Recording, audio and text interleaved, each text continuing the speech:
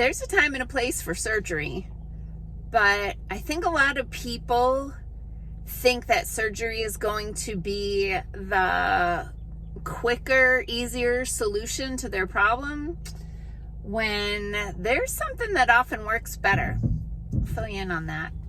Hey, I'm Dr. Patty Barch. I'm a traditional naturopath, founder and owner of Naturally Unbridled Wellness and naturallyunbridled.com, where we focus on wellness solutions, not disease management.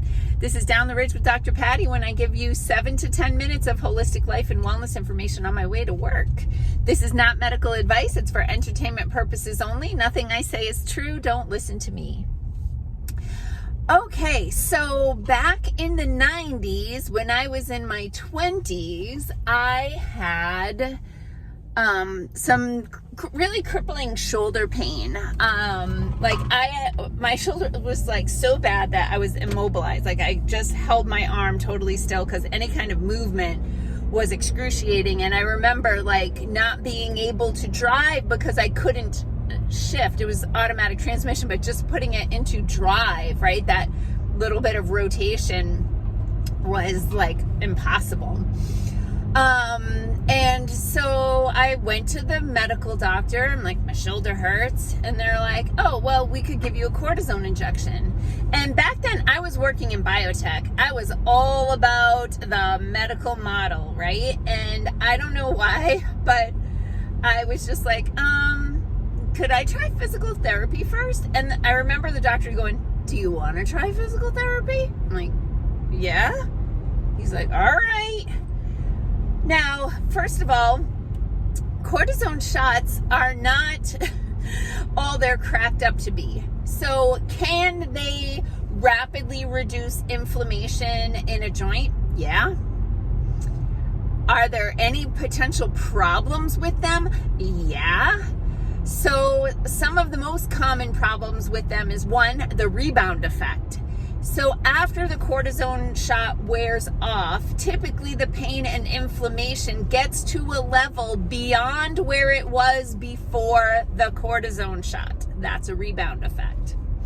The other thing that happens is there's some degradation of the joint that can happen from cortisone shots that, you know, over time, the joint's going to just disintegrate, wear away, and have even more problems. So it's a very short-term fix that can lead to further issues. So, like, I had a client that she was about to go hiking in the Rocky Mountains and she was having a problem. I can't remember if it was knee or ankle or what it was, but she went and got a cortisone shot because she didn't have time to fix the problem before she went on her trip. All right, like, you know, life happens and sometimes you need to make those choices.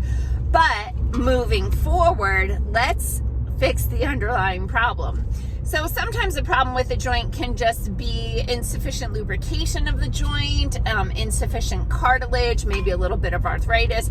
And there are definitely natural solutions for that. We've got some great supplements at the office that, I mean, it's amazing how quickly and effective they are, or how quickly they act and how effective they are in reducing joint pain. Like, I mean, I take it, my husband takes it, all of our parents take it, and countless clients are taking it. Like, really phenomenal stuff. Okay, but that was not the point of this video. The point of this video is to talk about physical therapy. So I was in my 20s. I went to physical therapy for my shoulder, and, you know, they did icing and heating, and it was way before like dry needling, which I'll talk about in a second. But I had to do a bike with my, you know, use the pedals with your arms, and I can't remember all the exercises, but anyway, we fixed it. Okay, we fixed it. Didn't need to have shoulder surgery, didn't need a cortisone shot, fixed the problem. Fast forward 30 years, and now I ended up with this problem with my other shoulder, my left shoulder, where because of my forward posture all of the time from being on computers and working in the garden and cooking in the kitchen, right? Always working forward. I just screwed up with my muscles, right? All my muscles were pulling everything forward, so the muscles in the back that bring your shoulder blades down and together, like those muscles had just atrophied. And so, you know, poor movement over time, compensation patterns, etc., can result in these problems. So what was the fix? Did I get a cortisone shot in that shoulder? No. Was it like really a problem? Yeah. So I did things excuse me, in my office. Of course, I did PEMF on my shoulder. I did laser on my shoulder. I was taking the joint supplement, and using topical, like essential oils or joint cream, natural, you know, and those things were helping. But fundamentally, I had to work on getting those muscles in the back, you know, that contract the scapula, the shoulder blades down. I had to like strengthen those muscles and stop turning on these muscles in the front. So I worked with a physical therapist, and I worked with my personal trainer to do that. And my shoulder now is probably 95% better. I got a couple other things that I want to do. It's just like time. Anyway, the other thing that I think was really key to helping me be able to turn off the wrong muscles and turn on the right muscles was dry needling. So dry needling, if you've not heard of it or had it done, the physical therapist who's trained to do dry needling, they take acupuncture needles, so very thin needles, and they'll insert them into like a muscle knot or a muscle belly, okay? And when they do that, sometimes they just put the needle in and they leave it for a little while, and that's just enough of a disruption in the muscle to get the muscle to respond and relax. But the magic, I think, is when they use electricity with the dry needle. They put a little clamp on the acupuncture needle and they turn on some voltage. I have no idea what level it is. It's not uncomfortable. I mean, it's weird, but it doesn't hurt. And then they pulse energy into that muscle knot, and eventually the muscle knot goes, and dang, that is great. So when you have like all of those compensation patterns, and you have like muscle knots that just won't let go, you might make a little bit of progress in massage, but you know, they're still there. Sometimes dry needling can really work miracles for you.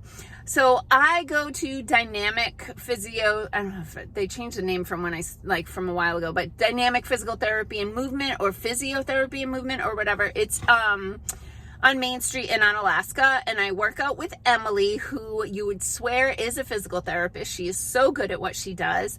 I do one-on-one sessions because when I used to go to the gym and do semi-private sessions, I would be shown my exercises. I might do it once before the trainer moved on to the next person, but because I'm not awesome at the gym, I would do maybe 1 or 2 reps correctly and start doing reps incorrectly, and maybe the trainer would, you know, maybe I do 3 or 5 reps incorrectly before the trainer would be like, hey, fix that. So anyway, I started to create more problems in my body from not having someone to poke me every time I lose my form or don't contract my abs and all the things, so that I'm doing things appropriately.